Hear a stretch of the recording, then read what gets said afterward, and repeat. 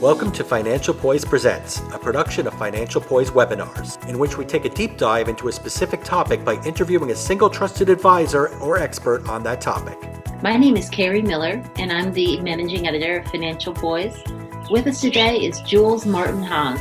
Jules Haas is an experienced trust and estates attorney with vast experience in helping clients with their estate planning and helping their heirs and beneficiaries upon his clients' passing. He's talking with us today about types of asset ownership. Thank you, Jules. Thank you, Carrie. Well, we spent a few minutes earlier discussing sort of the fundamental place to begin with your estate plan and understanding what assets you own and different issues that may arise with them. So I'd like to move on and continue to discuss assets because you need to dig a little deeper when you're looking at your assets. And again, this is very important. In fact, I'd say this is probably one of the most important areas to think about and understand in order to make your estate plan effective. And if you look at slide 2, you'll see it says type of asset ownership. And when you run down the list, you'll see there are various items in there: separate ownership, joint ownership, etc., all of which we're going to discuss and see the ramifications of. So let's start at the top, which is sort of a good place to start. It says separate or sole ownership. And that's easy to understand. Somebody has a bank account or they have a house or something and it's in their name alone.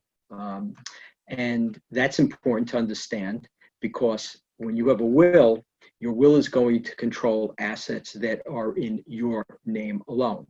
All right, so with respect to a will, you say, I give everything to, my Aunt Jean or whatever assets that you own in your name alone, the will is going to control. Now, if you don't have a will and your estate goes through intestacy, again, those assets will be in the estate, and those are the assets that will go to your next of kin, your heirs, which we call distributees. So it's important to understand what you own in your name alone. So we go down next to the next item, which is joint ownership. And again, this is sort of a category that people are generally familiar with, right? So you own an asset. Again, it can be a bank account or a house or something. And it says joint owner with rights of survivorship. So what does that mean? It means that if the one owner dies, the second owner will automatically become the owner of the entire asset because they have what we call rights of survivorship. They automatically take over that asset, okay? That asset does not pass through the estate. Now, why is that important? Well, it's important to understand because if you write a will and you say, I leave all of my estate under your will to, let's say, your Aunt Jean, but you have all of your assets owned jointly with, let's say, your Uncle Joe, your Aunt Jean is not going to get anything because all of the assets will automatically go to Uncle Joe on your death. And that's really important because people do not necessarily, consider those issues, understand that when they're writing a will, they are not overriding the way their assets are titled, particularly when they're owned jointly. And that, because of that, their estate plan is not going to be effective because their intentions will not be able to be carried out. And this is an area that not only is not considered enough, it's an area that causes loads of problems.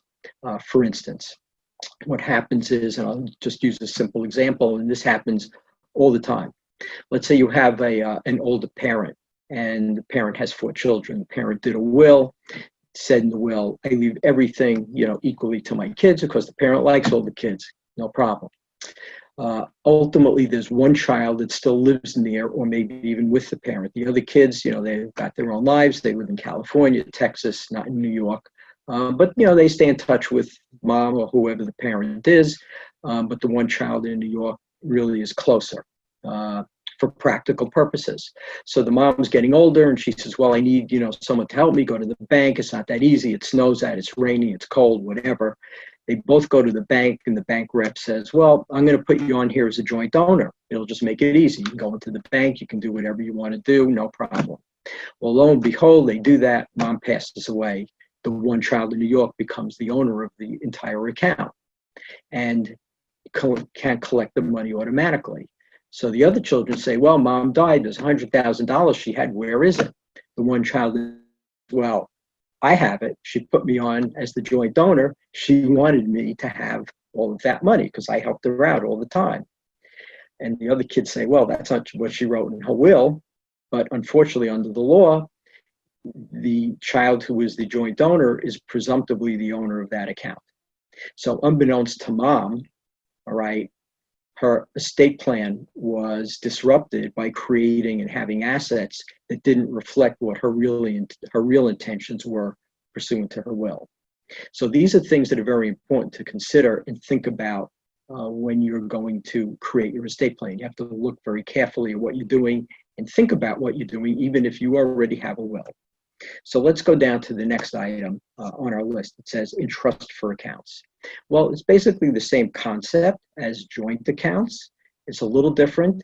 So you have a bank account, usually it says in trust for, or financial account that says pay on death to. So again, automatically that asset is going to be paid to that person. Okay. Again, you have the same problem. People create these accounts. They don't realize the impact that it may have on their estate. Now, you can have an estate that has, a group of different types of dispositions where you have something in a will, something that goes outside of the will, but you need to consider this. Also, within trust for accounts, you may have named the beneficiary on that account, but what happens if that beneficiary is not alive? Where is that money going to go? So again, it's a matter of understanding this, doing the due diligence, and seeing what your accounts are. So we also have another category called designated beneficiaries. Again, same concept. It can be life insurance, it could be a 401k plan, it could be an annuity,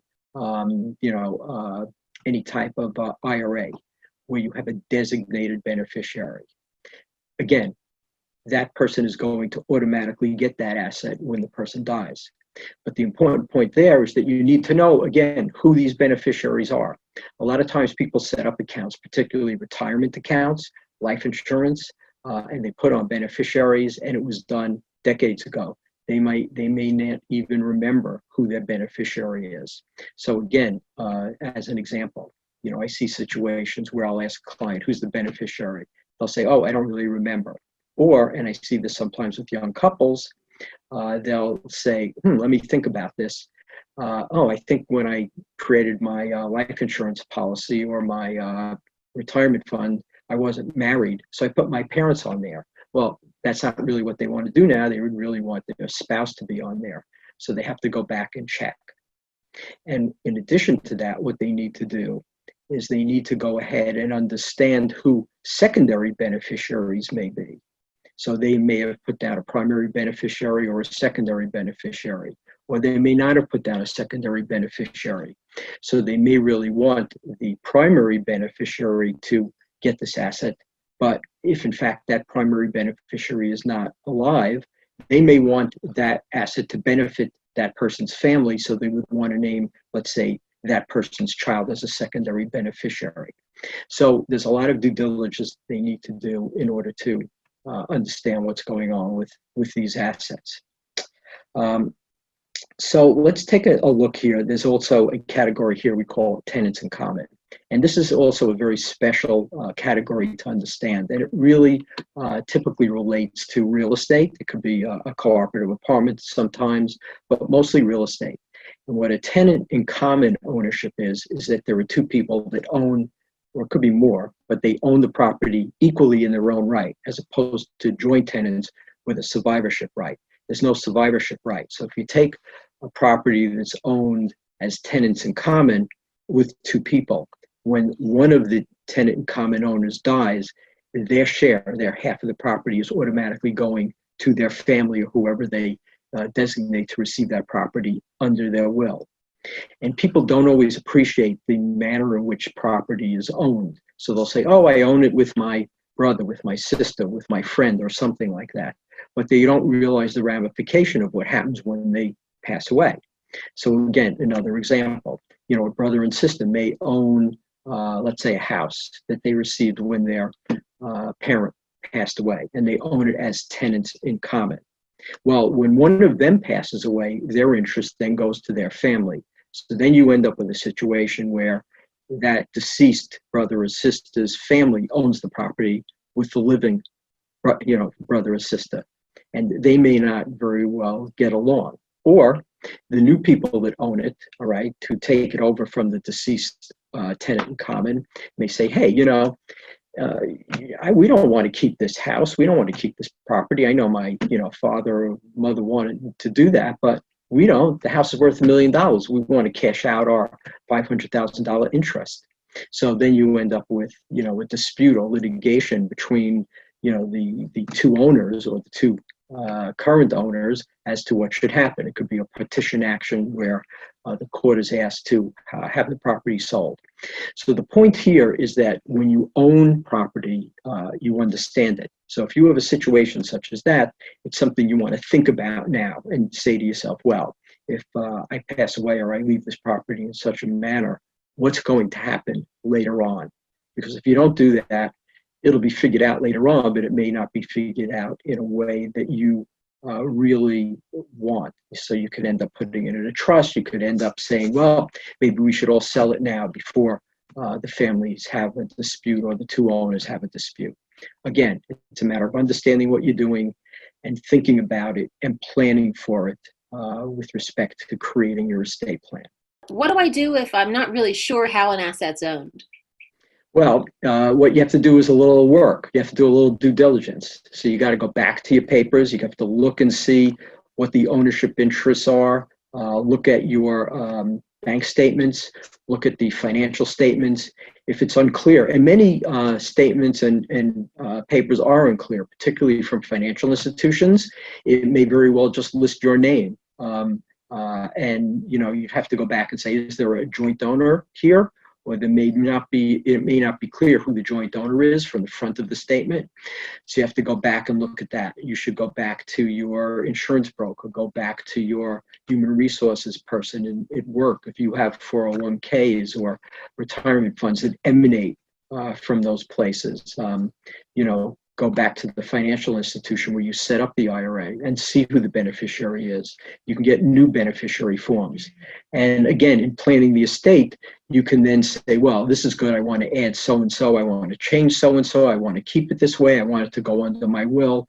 And then you can decide what to do. With real estate in New York, obviously you can look at deeds. In New York is a very easy way of doing this. There's a system called ACRIS, ACRIS. You can type it right in, go to Google, type ACRIS, and you can look up property for all real estate in New York. It's a wonderful system, and sometimes it's unbelievable what you find. I have plenty of cases where someone comes to me and they say, well, my aunt died, she owned a house and whatever, and we need to deal with this, and boom, I go to ACRIS, I look it up and I say, your aunt doesn't really own this. She transferred it to, your cousin 3 years ago. Did you know that? And they say, oh, no, I didn't really understand that happened. Or they'll see that it's not owned by the aunt. She may have put it into a trust. And I'll say, well, what about this trust? Oh, I didn't know that she went for estate planning and put it into a trust. I don't know where the trust is. I don't know who the beneficiary of the trust is. So these things may affect you if you were looking at this and thinking about not only administering someone else's estate, but if you had an expectation of receiving something, how you would be planning your estate as well. And just as another small example, which is not really in the estate context, I had a client that owned a property with her brother, and lo and behold, she received an eviction notice from her brother. And when we looked at the deeds, apparently she had transferred the property to her brother a few years earlier. And what ended up happening was her brother told her that she was that they needed to sign papers for a new mortgage. A fellow came over, said he was presenting these papers for this new mortgage. She trusted her brother, she trusted this fellow, she signed the papers, and in reality she signed the deed. Now obviously we got the property back, but again, you just need to see what's going on so you understand what you own and how it's held so you can deal with this effectively. Thank you. That was really interesting. Thank you for attending this edition of Financial Poise Presents. Financial Poise has one mission: to provide reliable, plain English business, financial, and legal education to individual investors and private business owners.